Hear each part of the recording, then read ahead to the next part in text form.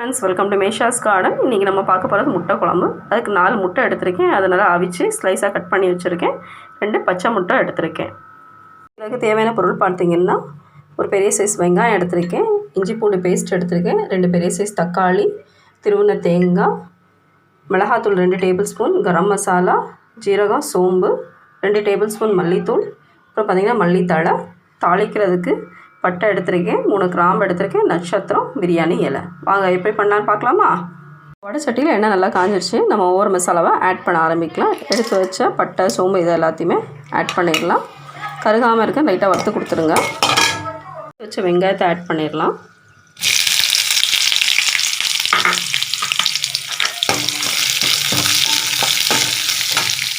வெங்காயம் ஓரளவு பொன்னரமாக வர வரைக்கும் நல்லா வதக்கி கொடுத்துருங்க. அப்போ தான் கொஞ்சம் நல்லாயிருக்கும் குழம்புக்கு. நல்லா பொன்னிறம் மாற வரைக்கும் வதக்கி கொடுத்துருங்க. ஃப்ரெண்ட்ஸ், இப்போ வெங்காயம் பார்த்திங்கன்னா நல்லா பொன்னிறமாக மாறிடுச்சு. இப்போ நம்ம அரைச்சி வச்சா இஞ்சி பூண்டு பேஸ்ட்டை ஆட் பண்ணிக்கலாம். பச்சை வடை போட வரைக்கும் நல்லா அதை தாளிச்சிடுங்க. பூண்டு நல்லா அந்த பச்சை வடை போய் நல்லா வெந்துடுச்சு. இப்போ நம்ம தக்காளி ஆட் பண்ணிடலாம். எடுத்து வச்ச 2 பெரிய சைஸ் தக்காளி ஆட் பண்ணிடலாம். ஆட் பண்ணி இதை நல்லா கிண்டி கொடுத்து ஒரு 5 நிமிஷம் நல்லா குழையிற மாதிரி வேக வச்சுருங்க. அதுக்கப்புறம் நம்ம மசாலா எல்லாமே ஆட் பண்ணி ஆரம்பிச்சிடலாம். ஸோ மூடி வச்சு ஒரு 10 நிமிஷம் நம்ம வெயிட் பண்ணலாம். ஸோ அந்த தக்காளி வேகிற கேப்புக்குள்ளே நம்ம தேங்காவை அரைச்சிடலாம். ஸோ திருவுன தேங்காவை மிக்சியில் தட்டிடலாம். பார்த்திங்கன்னா எடுத்து வச்ச ஜீரகமும் சோம்பையும் ஆட் பண்ணலாம். இப்போ இதை நல்லா நைஸாக குழம்பு கரைக்கிற மாதிரி நல்லா நைஸாக அரைச்சி எடுத்துக்கலாம். ஓகே ஃப்ரெண்ட்ஸ், இப்போ தேங்காய் அரைச்சி வச்சாச்சு. தேங்காய், ஜீரகம், சோம்பு இதை 3த்தையும் போட்டு நல்லா அரைச்சி நல்லா நைஸாக அரைச்சி எடுத்தாச்சு.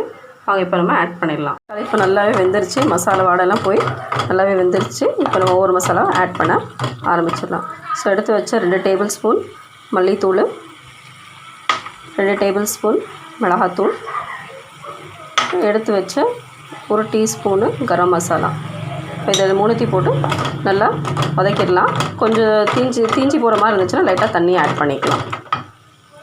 மசாலா இப்போ நல்லா வெந்துருச்சு. பார்த்திங்கன்னா இந்த இடத்துல நம்ம அரைச்சி வச்ச தேங்காவை நல்லா ஊற்றிடலாம். நல்லா கிண்டி கொடுத்துடலாம். எவ்வளோ தண்ணி நமக்கு தேவையோ அதுக்கு ஏற்ற மாதிரி ஆட் பண்ணி, குழம்புன்றப்போ கொஞ்சம் தண்ணியாக இருந்தால் கொஞ்சம் நல்லாயிருக்கும். ஸோ எல்லாத்தையும் நல்லா கிண்டி கொடுத்துட்டு ஒரு 5 நிமிஷம் வேக விட்ருங்க. ரொம்ப கொதிக்க விடக்கூடாது. நார்மல் சிம்மில் வச்சு கொஞ்சம் ஓரளவுக்கு கொதிக்க விட்ருங்க. கொஞ்சம் வெயிட் பண்ணலாம். நம்ம எல்லாத்தையும் தேங்காய் இது எல்லாத்தையும் ஆட் பண்ணியாச்சு. தேவையான அளவு நம்ம உப்பு ஆட் பண்ணிடலாம். உப்பு எவ்வளோ தேவையோ குழம்புக்கு ஏற்ற மாதிரி நீங்கள் ஆட் பண்ணிக்கோங்க. அப்புறம் கொஞ்சோண்டு மஞ்சத்தூள், ஒரு 1/4 டீஸ்பூனு மஞ்சத்தூளும் ஆட் பண்ணிக்கலாம். இது எல்லாத்தையும் மிக்ஸ் பண்ணி நல்லா கொதிக்க விடுங்க. ரொம்ப கொதிக்கக்கூடாது. தேங்காய் ஆட் பண்ணிக்கனால ஓரளவுக்கு கொதிக்கிட்டோம். அது வரைக்கும் நம்ம வெயிட் பண்ணலாம். இப்போ நல்லா கொதிக்க ஆரம்பிச்சிச்சு. இந்த இதில் நம்ம பச்சை முட்டை 2 எடுத்து வச்சுருக்கோம் பார்த்திங்கன்னா, அதை நம்ம ஆட் பண்ணிடலாம். இது கலக்கலாம் வேண்டாம், அப்படியே ஆட் பண்ணிடுங்க. அதுக்கப்புறம் அவிச்ச முட்டை 4 எடுத்து வச்சுருக்கோம்னா அதையும் ஆட் பண்ணிடலாம். குழம்பெல்லாம் கிண்டி கொடுக்காதீங்க. முட்டை அப்படியே போட்டு அது அப்படியே இருக்கட்டும். இப்போ அவிச்ச முட்டையை ஒன்றா நம்ம ஆட் பண்ணிடலாம். நான் 4 முட்டை அவிச்சு எடுத்திருக்கேன். ஸோ அது அப்படியே ஏற்கனவே உப்பு போட்டு தான் வச்சுருக்கு. ஸோ உப்பெல்லாம் போட வேண்டாம். ஸோ குழம்புல உப்பு இதெல்லாம் கரெக்டாக இருக்கான்னு ஒரு தடவை செக் பண்ணிடுங்க. இதோடய ஒரு 5 நிமிஷம் மட்டும் நல்லா கொதிக்கிட்டோம். அதோடய நம்ம இறக்கிடலாம். இறக்கி வச்ச மல்லித்தலையை நல்லா தூவி விட்டுறலாம். தூவி விட்டு ஒரு 5 நிமிஷம் நல்லா வேகட்டும். அது வரைக்கும் கொஞ்சம் வெயிட் பண்ணலாம். முட்டை நல்லா கொதிச்சிச்சு. நல்லா எல்லாமே வெந்துருச்சு. இந்த ஸ்டேஜில் நம்ம முட்டை இதை ஆஃப் பண்ணிடலாம்.